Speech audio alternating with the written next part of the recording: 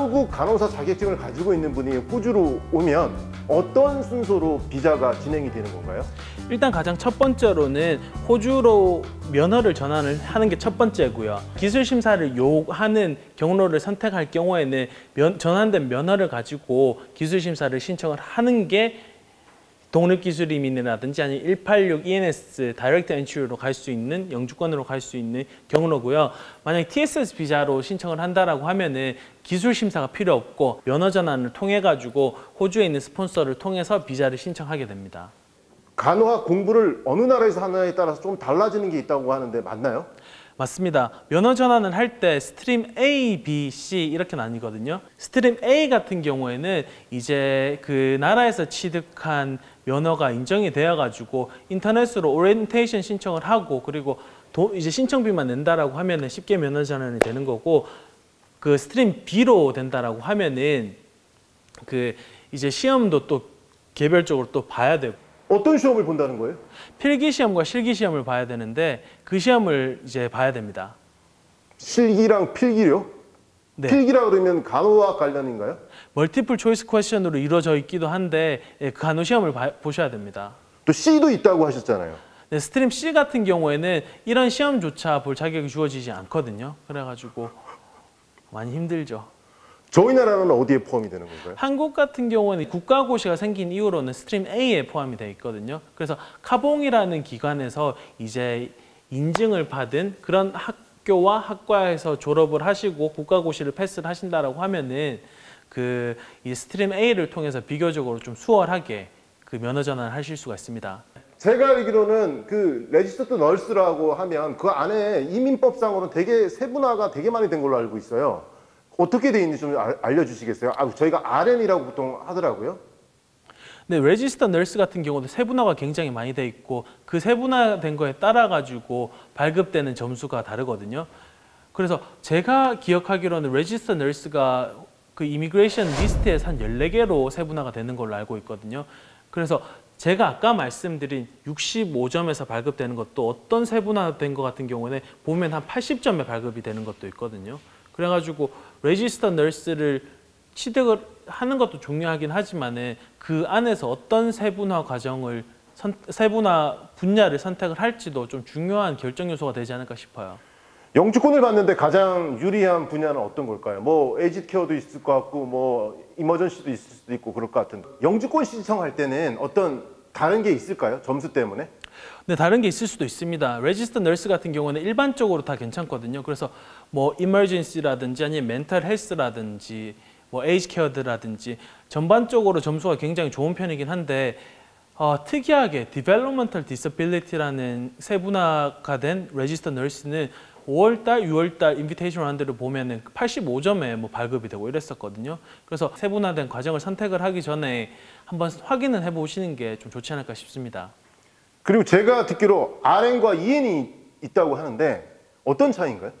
레지스터 널스와 인롤드 널스 같은 경우에는 한국에서 간호사와 간호조무사의 차이로 이해를 하시면 될 것 같은데요.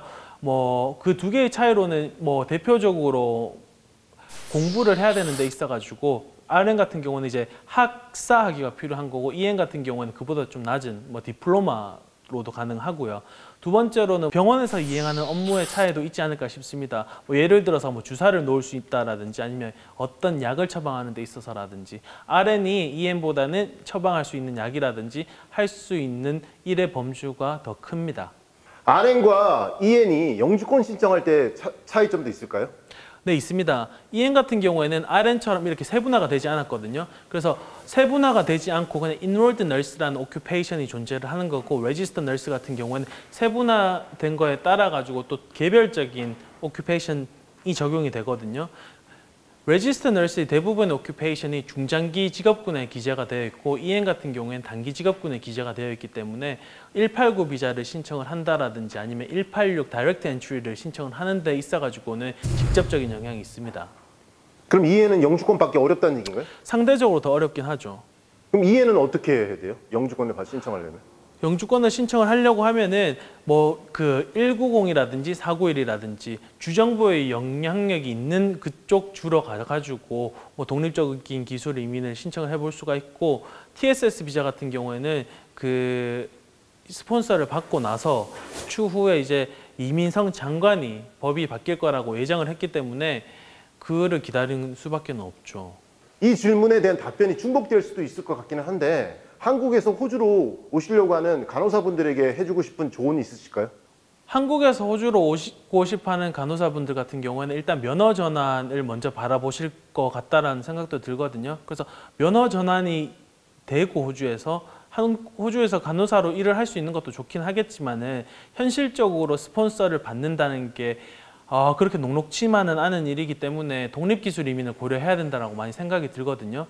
그런 부분을 고려했을 때 호주에서도 다시 간호학을 다시 공부를 하셔가지고 추가적인 점수를 받을 수가 있거든요. 왜냐하면 호주에서 공부를 했기 때문에 나오는 점수도 있는 거고, 그리고 나서 호주 내에서의 쌓은 경력이 외국에서 쌓은 경력보다 점수를 더 높게 받을 수 있거든요. 그래서 호주에서 공부를 한다라고 하면은 졸업생 비자도 신청을 할 수 있고 그 기간 동안에 경력도 쌓을 수 있기 때문에 독립기술 이민이라든지 좀 영주권을 고려한다라고 하면은 확률이 훨씬 더 높아지겠죠. 현지에서 공부를 하게 된다면요. 한국인 간호사들이 호주에 관심이 높다고 저는 들었는데 그 이유는 어디 있다고 보세요? 일단 첫 번째로는 훨씬 더 높은 보수에 있지 않나라고 생각이 들거든요. 호주에서는 간호사도 그렇고 간호조무사도 그렇고 거의 9만 불, 8만 불 이렇게 받는 게 실정이고, 두 번째로는 간호사 한 명과 페이션트, 환자의 비율이 훨씬 더 낮다라고 이해를 하고 있고요. 그리고 세 번째로는 일하는 문화 같은 경우에도 좀 호주가 훨씬 더 낮고 독립적인 게 보장이 된다라고 이해를 하고 있고요. 그런 메리트 때문에 호주로 많이 오시지 않나 싶습니다. 그럼 다음 시간에는 60대들이 영주권 도전 가능하다 이 부분을 얘기해 주실 건가요? 맞습니다. 60대를 위해서 이야기하겠습니다. 어떤 얘기를 해주실 건지 조금만 알려주실래요? 약간 좀 억지스러울 수도 있겠다는 생각이 들거든요. 근데 대부분의 60대 분들이 이제 호주 이민을 고려하신다라고 하면은 자식들이 호주에 있기 때문에 고려를 하시는 거고, 그렇기 때문에 부모 초청 이민에 대해서 저희가 좀 세심하게 다뤄보겠습니다. 네, 오늘도 고생하셨습니다. 수고하셨습니다. 감사합니다, 피디님. 네.